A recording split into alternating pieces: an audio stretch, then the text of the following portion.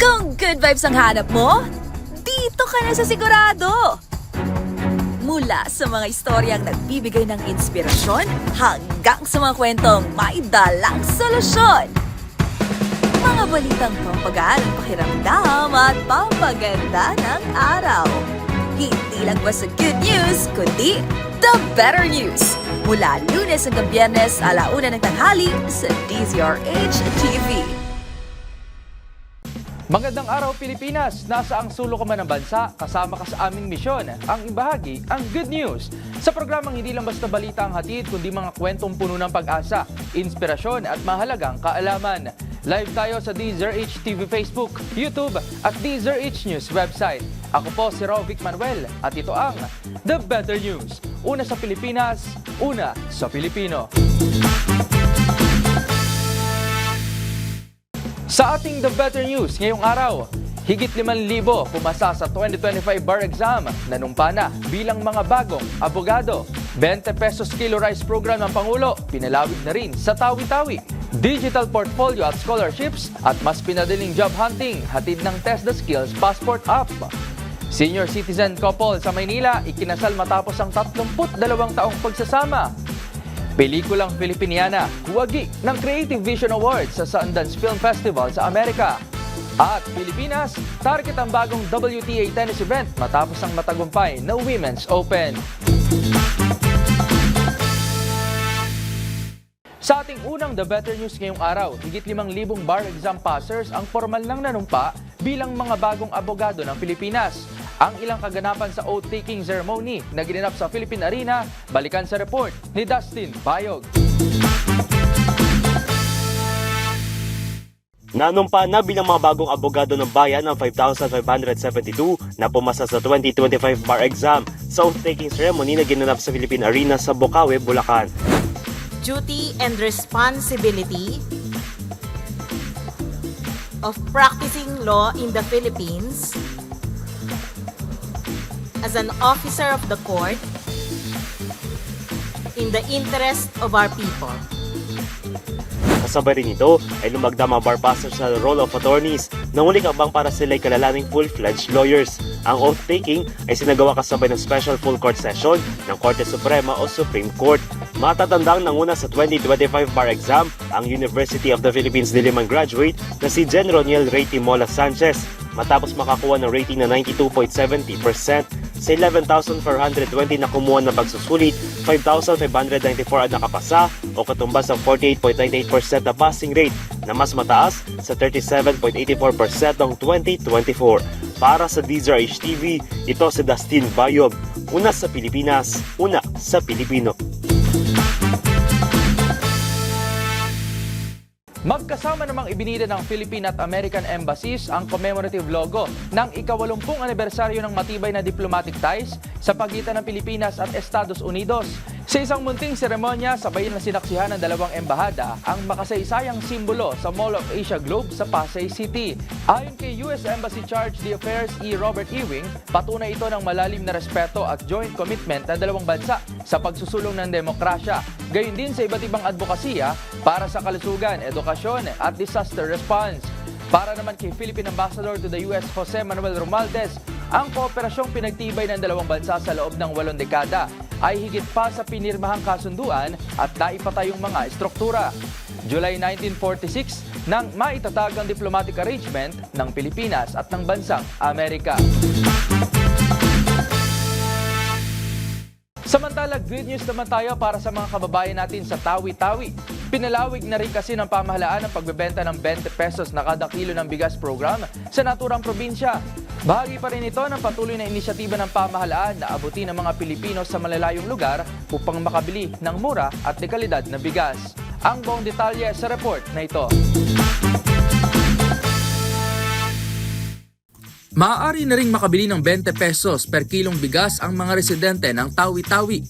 Bahagi ito ng patuloy na pagpapalawig sa benteng bigas meron na program ng pamahalaan, partikular na sa mga malalayong probinsya. Ayon sa Department of Agriculture o DA, tinatayang nasa 25,000 ang mga benepisyaryo sa Tawi-Tawi ang makikinabang sa naturang programa. Alinsunodaan niya ito sa direktiba ni Pangulong Bongbong Marcos Jr. na tiyaking mararamdaman lahat ng pamilyang Pilipino saan mang sulok ng Pilipinas ang kalidad ngunit abot kayang bigas. Giit ng DA magtatagal ang Benteng Bigas Program hanggang 2028 para ma-stabilize ang supply ng bigas sa buong bansa. Para sa DZRH TV, ito si Rovic Manuel. Una sa Pilipinas, una sa Pilipino. Talagang damang-dama na ang FEB-ibig para sa dalawang senior citizen na ito mula sa Maynila. Dahil matapos ang higit 3 dekadang pagsasama, ay nagpalitan na sila ng matamis na I do. Ang pag-iisang dibdib ni na Lolo Manuel at Lola May Jean sa report ni Angelica Cosme. Sabi nga sa isang OPM song, pag-ibig ko'y laging sayo kahit maputi na ang buhok ko. Swak na swak dyan ang kwento ng senior citizen couple na ito mula Maynila dahil makalipas ang 32 taong pagsasama at pagkakaroon ng 6 na apo, sa wakas na selyuhan na ang kanilang pag-iibigan. Sina Lola May Jean, 67 years old, at 79 anyos na si Lolo Manuel de los Santos, na isang retiradong pulis, nagpalitan na ng matamis na I do. Mismong si Manila Mayor Isko Moreno ang nagkasal sa dalawa na siyang hiling din anya ni Lolo Manuel. Ang alkalde hanga raw sa love story ng dalawa. At syempre, palakpakan ng mga saksi sa kasalan sa hudyat na. You may now kiss the bride.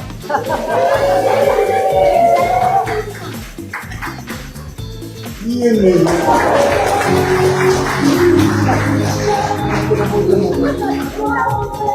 Kasabay ng mga komento ng pagbati para sa bagong kasal, marami rin ang na-inspire sa pag-ibigang patunay na talaga nga namang may forever.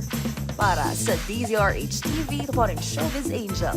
Una sa Pilipinas, una sa Pilipino. Muli na namang bumida ang pelikulang Pinoy Abroad. Nasungkit kasi ng short Filipino film na Filipiniana ang World Cinema Dramatic Special Jury Award for Creative Vision sa isang prestiyosong film festival sa Amerika. Ang The Better News report ni Millie Borja.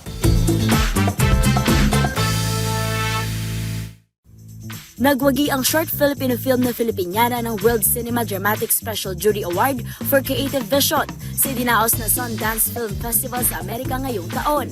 Isinulat at idinirect ni Rafael Manuel, pinagbitahan ng pelikula ni Joribel Agoto bilang Isabel at isang co-production ng Pilipinas, Singapore, United Kingdom, France at ng The Netherlands. Nag-sold out din ang mga screening nito sa prestiyosong film festival. Sa jury citation, pinuri ang malikhaing bisyon ng pelikula na nilay may stunning visual command at sensitivity sa setting, habang ipinapakita ang isang mundong kinakain ng tahimik na tensyon sa pagitan ng luho at pagod na paggawa. Sinusundan ng Filipiniana ang kwento ni Isabel, isang golf tea girl sa isang country club sa Pilipinas, na naakit kay Dr. Palangka, ang pangulo ng club. Sa kalaunan, natuklasan ni Isabel ang nakatagong karahasan sa loob ng club at ang kanilang koneksyon sa nakaraan. Unang ipinilabas ang Filipiniano noong 2020 sa Berlinale International Film Festival bilang bahagi ng shorts competition, kung saan ito'y nawagi ng Silver Bear Short Film Jury Prize. Kabilang din sa mga parangal na natanggap nito ang Grand Prix ng Encounters Film Festival, Best Short Film sa Festival du Nouveau Cinema de Montreal, Best British Short Film sa British Independent Film Awards, Best Student Short Film sa Malodist Yves International Film Festival, at Best Film in the Asia International Competition at George Lucas Grand Prix for Best of Show sa Short Shorts Film Festival Asia. Para sa DZRH TV, ito si Millie Borja, una sa Pilipinas, una sa Pilipino.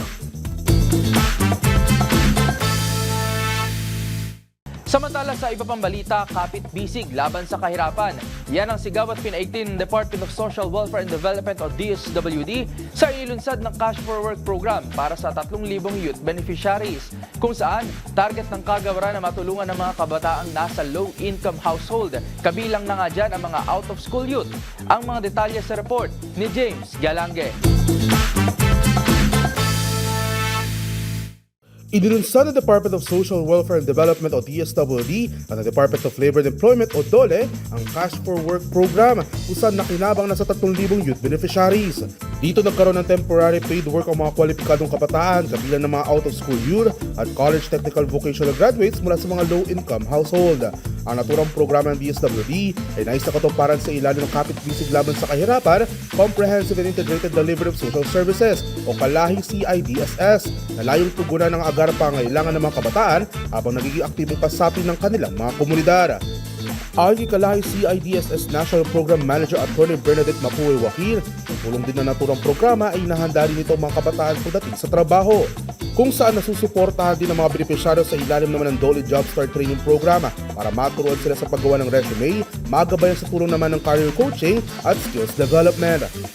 Samantala, maliban pa sa trabaho na nakahanda rin ng DSWD na sagutin ang pinansyal na pangailangan ng mga kabataan bilang panimula sa kanilang mga trabaho at panggastos sa kakailangan ng employment-related requirements. Ang mga benepisyaryo binubuo ng 18 to 30 years old na mga individual at maaaring makapagtrabaho ng hanggang 8 oras at maaaring makatanggap ng arawang sahod na katumbas sa NCR na 695 pesos. Para sa DZRH TV, ito si James Galangay, una sa Pilipinas, una sa Pilipino. At dahil nasa usaping pangkabuhayan na tayo, isang game-changing multi-purpose mobile application ang inilunsad ng Technical Education and Skills Development Authority o TESDA na makatutulong sa mabilis na paghahanap ng trabaho. Sa isang pindot lang kasi, mabilis nang masisilip ang available job vacancies maging ang scholarship opportunities na magpapaunlad lalo sa kaalaman ng mga manggagawa. Ang mga detalye sa report ni Arnold Herrera. Mabilis na access sa training, scholarships at job opportunities all in one click. Lahat ng yan pasok sa pinakabagong app na hatid ng Technical Education and Skills Development Authority o TESDA. Ang Digital Skills Passport ay isang app na dinisenyo upang magsilbing digital profile at portfolio na naglalaman ng credentials at certifications ng bawat manggagawa sa ilalim ng TESDA.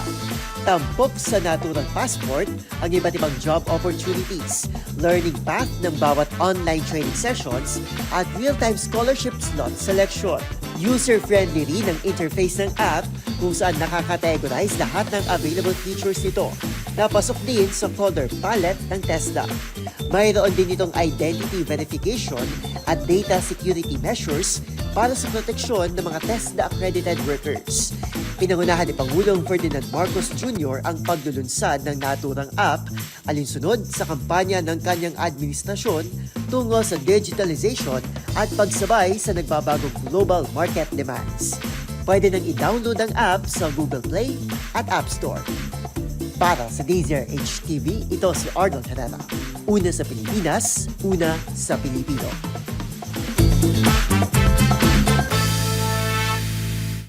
Umani naman ng papuri ang katatapos lang na Philippine Women's Open, hindi lang sa mga tagapanood, kundi maging sa mismong mga atleta. At dahil dyan, target muli ng Pilipinas ang pagkakaroon ng panibagong WTA tennis event dito sa bansa.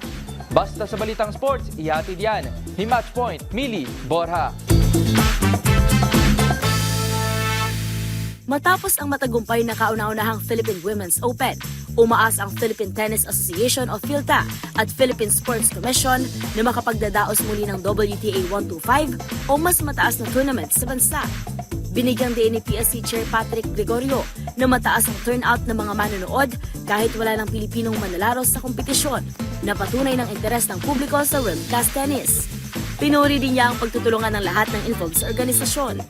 Pinuri ang paligsahan ng mga international na manlalaro kasama na ang champion na si Camila Osorio, top-seeded Tatiana Maria at doubles runners-up na Santa Maria at Lizon para sa malinis na organisasyon at mainit na pagtanggap ng mga taga-Manila.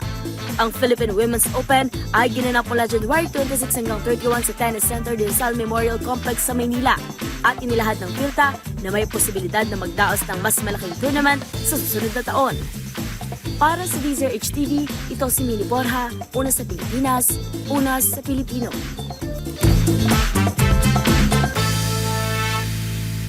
At dyan na po nagtatapos ang aming paghahati ng mga balitang siguradong pampagaan ng pakiramdam, pampaganda ng araw at pampasigla ng inyong buhay.